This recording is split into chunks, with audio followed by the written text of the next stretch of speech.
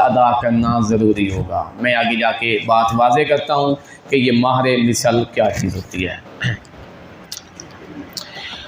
तो निकाह में महर, हक़ महर, ये एक अहम रुकन है और औरत का एक अहम तरीन हक़ है।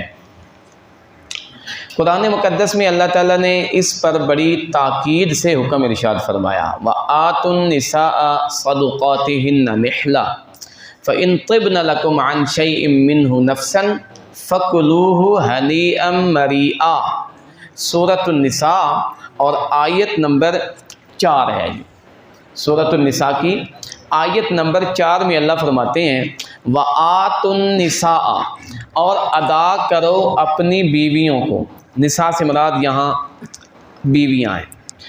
अदा करो अपनी बीवियों को सदुक़ातिहिन्ना, उनके महर, निहलतन, खुशी से, तीबे नफ्स के साथ, दिली रज़ामंदगी के साथ, जबरो इकरा या ज़बरदस्ती से नहीं, बल्कि निहलतन, इंतहाई खुश दिली के साथ। फ़इन तिब्न लकुम अन शैइन मिन्हु नफ़्सन फ़कुलूहु हनीअम मरीआ। तुम्हारा काम है अपने हक़ को, अपनी ज़िम्मेदारी को निभाना और उनका हक़ उनके हवाले और सुपुर्द कर देना। आगे उनकी मर्ज़ी लें या ना लें, लेकिन आपके ज़िम्मे देना लाजिम है। सिर्फ ज़बानी तौर पे बाद दफ़ा क्या हो जाता है जी, औरत कहती है शर्मा शर्मी जी मैं नहीं लेती, या मैं माफ़ करती हूँ, या बाज़ मुआशरा में इसका लेना मायूब समझा जाता है और औरत की एक तरह की हद तक समझी जाती है कि औरत ने देखो चंद पैसे ले लिए। नहीं भाई, शरीयत का हक़ है और शरीयत ने देने वालों को भी और लेने वालों को भी, हर दो को इस पर पाबंद किया है। देने वाले को कहा आतू, अमर के साथ, अल अम्रु लिल वुजूब, भाई तुम्हारे लिए अपनी बीवियों का हक़ महर अदा करना वाजिब है। और लेने वालियों से कहा तुम खुशी के साथ, खुश दिली से अपना ये हक़ वसूल करो। हाँ, हक़ की वसूली के बाद या उसके ऊपर मुकम्मल कब्ज़ा के बाद अगर औरत अपनी खुशी से कह देती है जी ये मैं आपको देती हूँ, उसको वापस कर देती है, तो अल्लाह फरमाते हैं फ़इन तिब्न लकुम, अगर दिल की रज़ा से, तौबा, दिल की खुशी के साथ। देखें तिब्ना के लफ्ज़ से ही मालूम हो रहा है कि अगर शर्मा शर्मी दे रही है तो फिर उसका लेना मर्द के लिए जायज़ नहीं, या मुआशरे की ऐब जोई और मायूब होने की बुनियाद पे ले रही है तो भी खावंद के लिए उसका लेना वापस ठीक नहीं है। इसमें तिब्ना का लफ्ज़ बता रहा है कि उसकी दिली रज़ा इसमें शामिल हो और खुश दिली के साथ वो अपने खावंद को वो वापस कर दे। जब वापस कर दे तो अल्लाह फरमाते हैं ठीक है, आपने अपना हक़ पूरा कर दिया, उन्होंने अपना फरीज़ा निभा दिया। अब जब दोनों आपस में राज़ी हो गए तो फ़कुलूहु हनीअम मरीआ, अब जैसे चाहो इसको खाओ पियो, अब आपके ऊपर किसी किस्म की कोई अल्लाह रब्बुल इज़्ज़त की तरफ से पूछ गुछ नहीं होगी जी। ये तो है कुरानी आयत का हवाला कि आतुन निसा सदुक़ातिहिन्ना, अपनी औरतों को हक़ महर अदा करो जी। अगली बात, हक़ महर कितना अदा किया जाएगा, हक़ महर अदा कितना किया जाएगा, इसकी शरीयत ने कोई मिक़दार भी रखी है या आदमी की सवाबदीद पे छोड़ दिया है। किसी भी इंसान की हैसियत और उसकी माली नौइयत पर छोड़ दिया गया है। भाई जिस तरह का साहिब सरवत आदमी है उसी तरह वो हक़ महर अदा करे। भाई कम अज़ कम मिकदार तो शरीयत ने इसकी मुकर्रर फरमाई है, लेकिन ज़्यादा से ज़्यादा बयान कोई नहीं की, और इसको आदमी की अपनी सवाबदीद और अपनी दिली सरवत पे छोड़ दिया गया है। कम अज़ कम हक महर की मिकदार सही हदीस के मुताबिक रसूलुल्लाह सल्लल्लाहु ताला अलैहि वसल्लम ने फरमाया, आप अलैहिस्सलातु वस्सलाम ने फरमाया, ला महरा लिअक़ल्ल मिन अशरति दराहिमा, या एक और हदीस के मुताबिक ला सदाक़ा, यही अल्फाज आतुन निसाअ सदुक़ातिहिन्ना निहला, यही लफ्ज़ हदीस में भी इस्तेमाल किया गया। ला सदाक़ा लिअक़ल्ल मिन अशरति दराहिमा, भाई किसी भी औरत का हक महर 10 दिरहम से कम नहीं होगा, 10 दिरहम से कम कोई नहीं होगा। कम अज़ कम पैमाना तो मुकर्रर कर दिया। भाई औरत खा कोई भी हो, बेशक अदना से अदना कौम की हो, लेकिन फिर भी चूँकि वो तुम्हारी बीवी होने की हैसियत से तुम्हारे पास आ चुकी है, अब तुम्हारे लिए उसको निकाह की हक महर की कम अज़ कम मिकदार अदा करना शरीयत के यहाँ, शरीयत ने तुम्हारे ऊपर लाजिम और वाजिब करार दी है। और कम मिकदार कितनी है? 10 दिरहम। दिरहम चूँकि उस ज़माने का एक सिक्का होता था और इसकी धात चांदी की होती थी। चांदी का एक सिक्का आज भी बाज़ ममालिक में वो राइज है, तो उसकी मिकदार वज़न जो है उसमें इख्तिलाफ़ पाया जाता था। बाज़ इलाक़ों में उसका वज़न ज़्यादा, बाज़ इलाक़ों में कम, बाज़ इलाक़ों में कुछ, बाज़ में कुछ। लेकिन ये कलामे मुक़द्दस जिस ख़ित्ता में नाज़िल किया जा रहा है, उसी ख़ित्ता के रसूम व रवाज मेयार समझे जाएंगे। लिहाजा अरब के अंदर जो दिरहम राइज था, उसका अगर वज़न किया जाता तो उसकी वज़न की मिकदार तकरीबन 3.5 तोले चांदी बनती है। 3.5 तोला चांदी। अब बात समझने में और ज़्यादा आसान हो गई कि चांदी का हिसाब लगाया जाए, और चांदी का हिसाब चूँकि घटता बढ़ता रहता है, चांदी कामों बेश होती रहती है, कभी इसकी कीमत बहुत ऊपर चली जाती है, कभी बहुत नीचे आ जाती है। लिहाजा जिस ज़माने में निकाह हो रहा है, उसी ज़माने के, उसी वक्त के, उसी दिन का वो रेट मुतय्यन करके उसी के मुताबिक इसका कम अज़ कम महर की कीमत अदा की जाएगी। आज के रेट के मुताबिक चांदी की कीमत तकरीबन 1600 या 1650 रुपया फ़ी तोला है।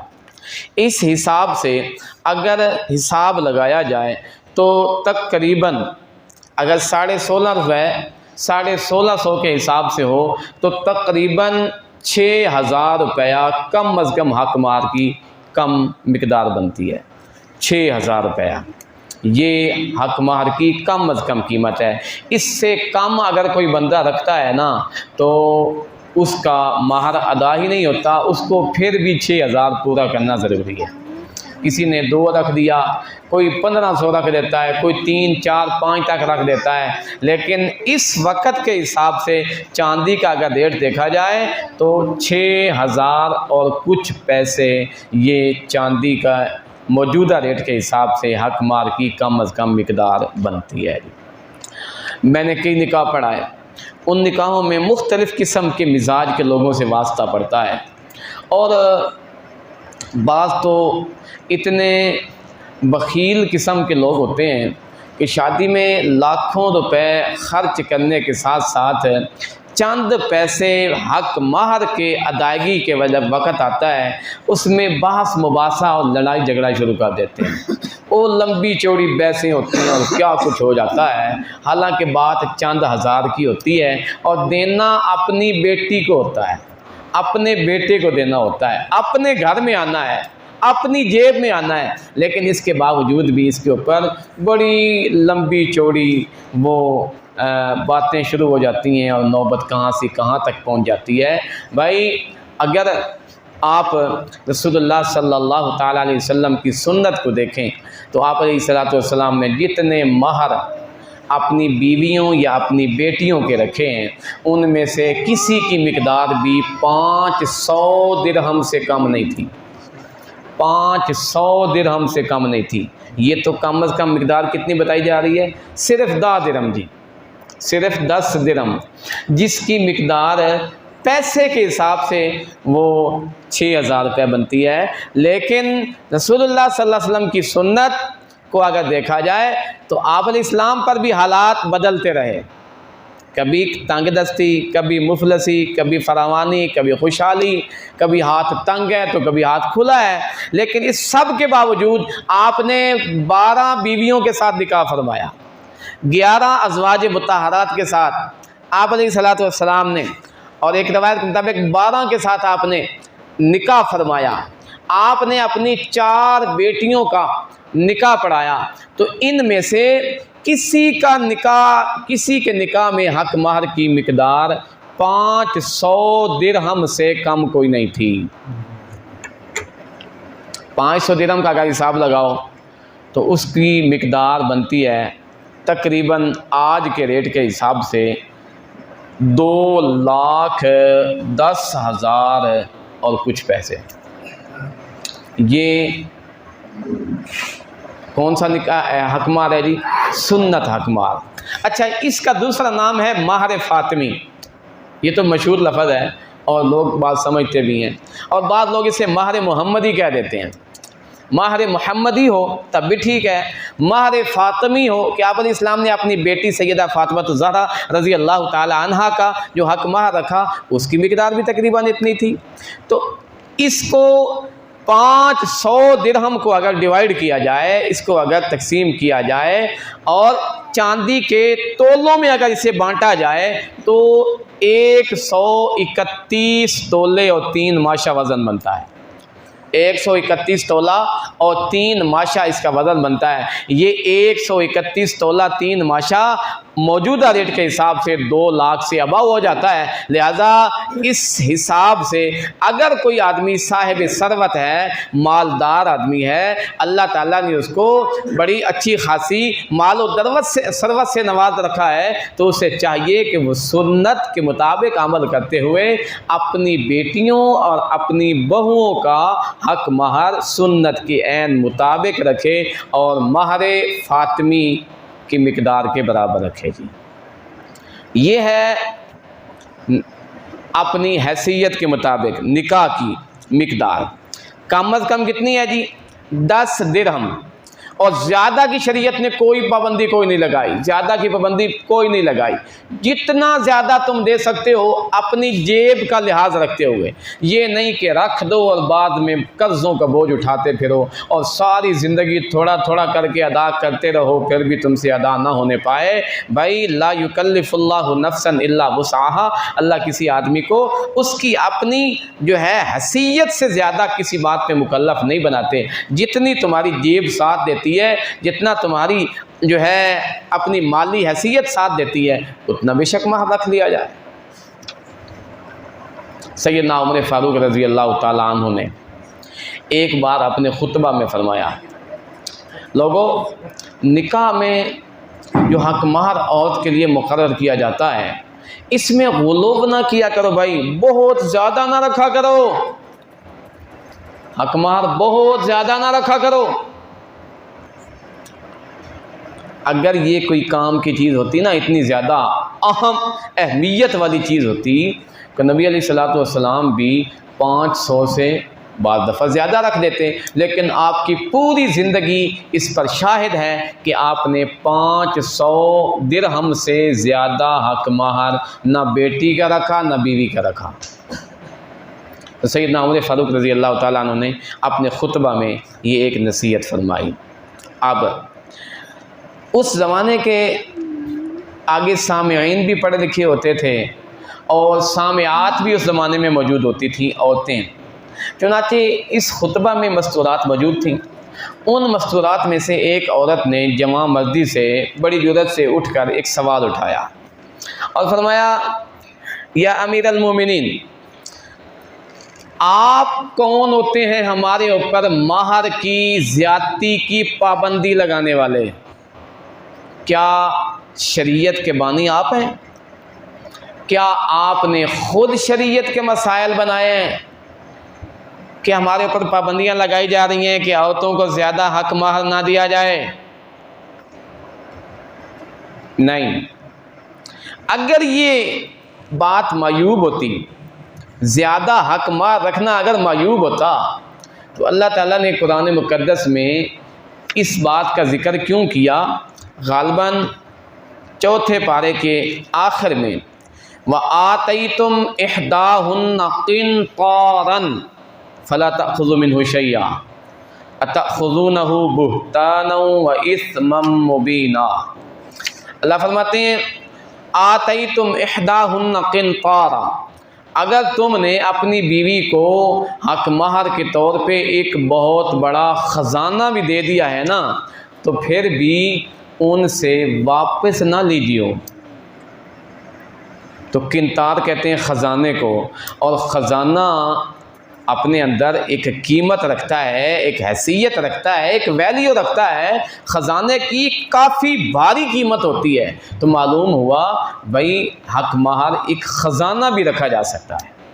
हक महर को एक ख़जाना के तौर पर भी, यानी बहुत ज़्यादा मिकदार में, जैसे कि आजकल बाद लोग हक महर में पैसों के साथ जेवर शामिल कर देते हैं।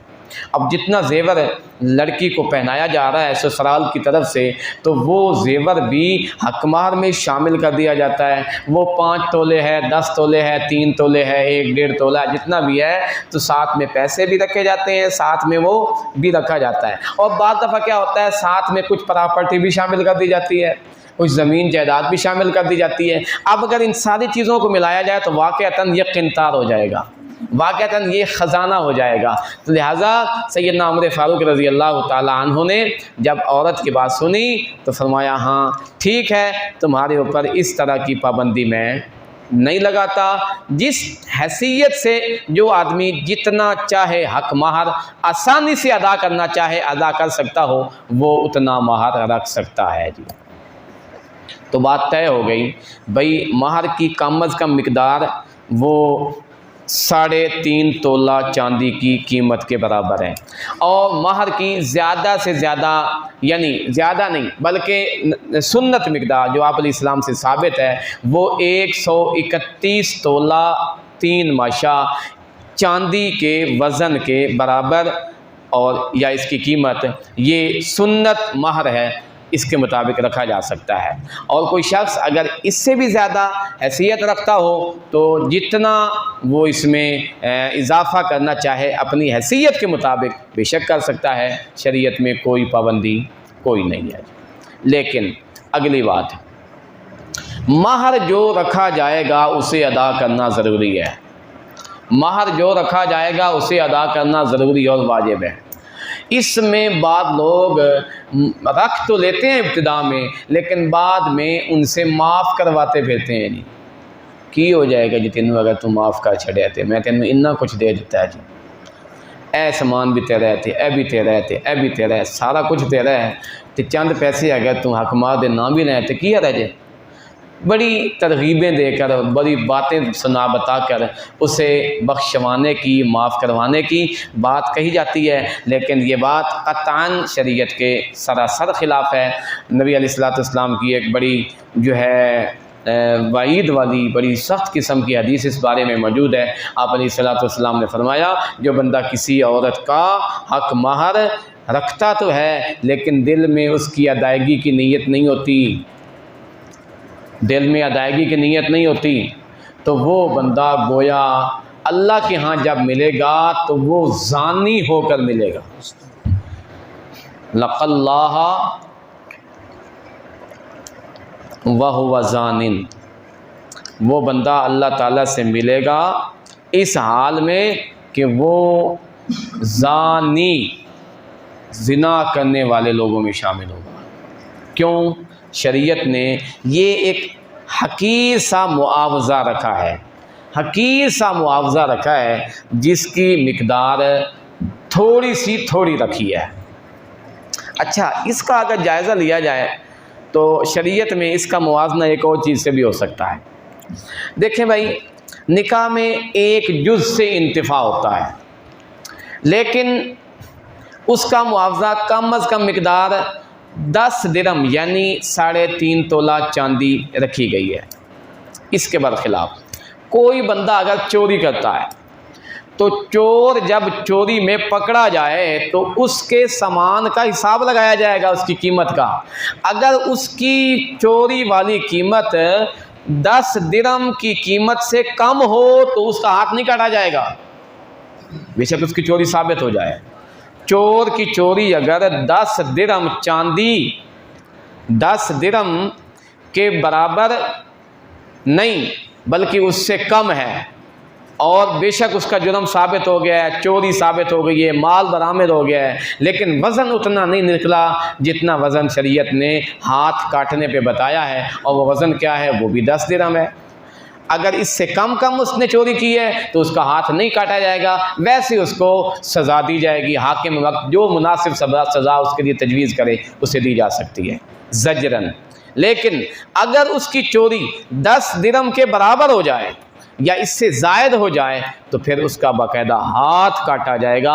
अब एक हाथ उसका काटा जा रहा है, आदमी के जिस्म का एक उज़्व लिया जा रहा है, तो इसकी भी कम अज़ कम मिकदार कितनी रखी गई है जी, 10 दिरहम। तो औरत से जब निकाह किया जाता है तो निकाह के बाद उसके भी चूँकि एक जुज़ से इंतिफा होता है, लिहाजा उसकी भी कम अज़ कम मिकदार 10 दिरहम रखी गई है।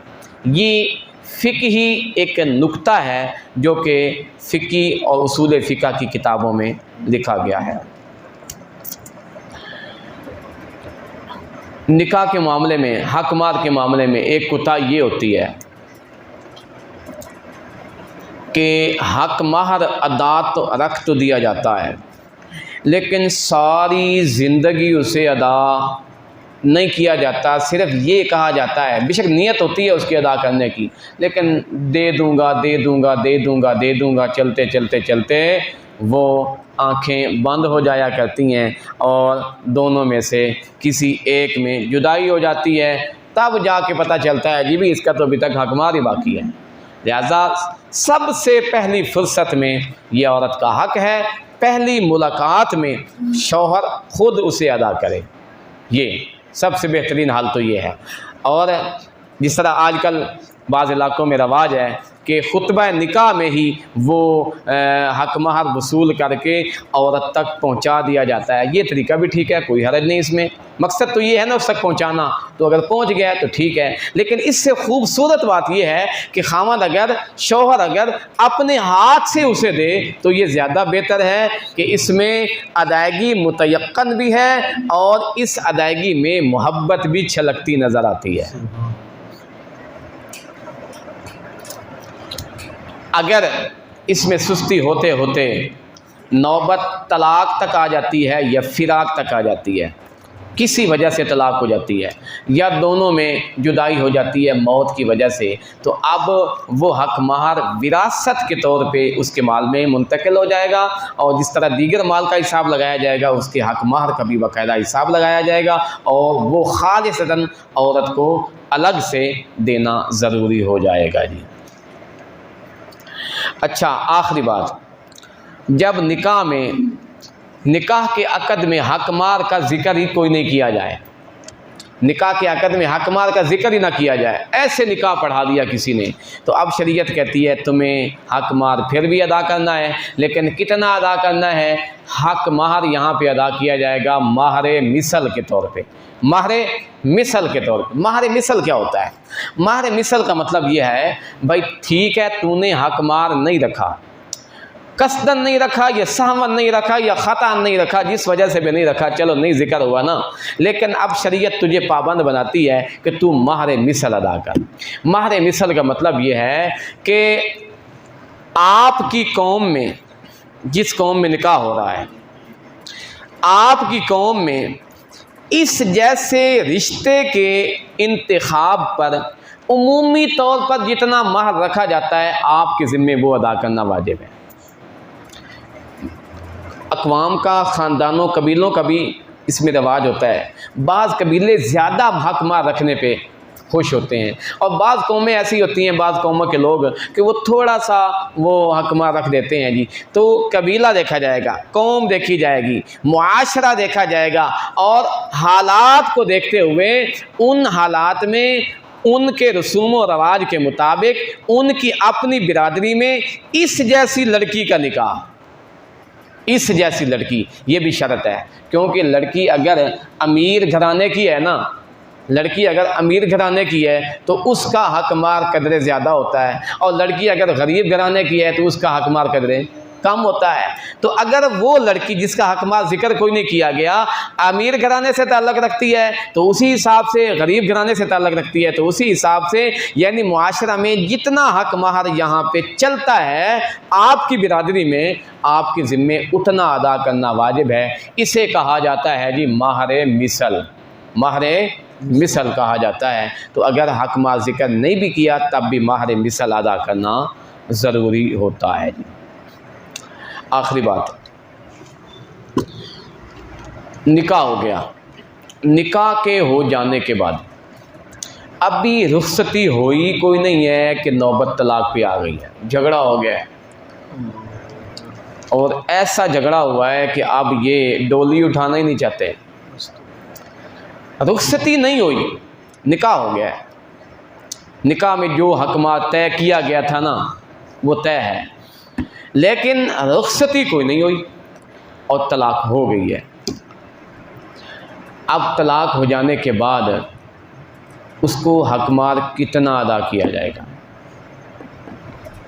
तो शरीयत कहती है अगर तुमने हकमार मुकर्रर कर दिया था, हकमार मुकर्रर कर दिया था, तो अब तुम्हारे ज़िम्मे उस हकमार का आधा हिस्सा देना वाजिब है।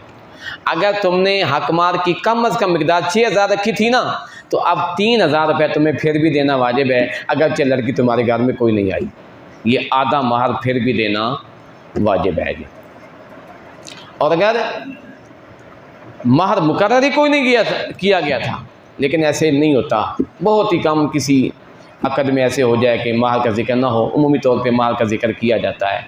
तो अगर महर का जिक्र ना हो तो उसका अलग हुक्म है कि एक जो है आजी थोड़ा सा सामान, कपड़ों का जोड़ा या कुछ और बतौर हदिया कि उसको दिया जाता है। ये तब है जबकि महर मुकर्रर ना हो, लेकिन अगर महर मुकर्रर कर दिया गया है तो उसके बाद रुखसती न होने की सूरत में आधा हक महर उसको अदा करना वाजिब होता है। वहाँ इसकी मुख्तलिफ मज़ीद भी सूरतें हैं, तो जिस तरह की नौइयत पेश आए उसे पूछ लिया जाए। आज के सबक में आज इतनी बात ही काफ़ी है कि हकमार के मतलब में जितनी कुछ ज़रूरी बातें थी वो मैंने अपने कम इल्मी कजफ़हमी की बुनियाद पे कुरान और सुन्नत की रोशनी में मैंने कह डाली हैं। अल्लाह मुझे आपको अमल की तौफ़ीक़ अता फ़रमाए। मा अलैना इल्लल बलाग़।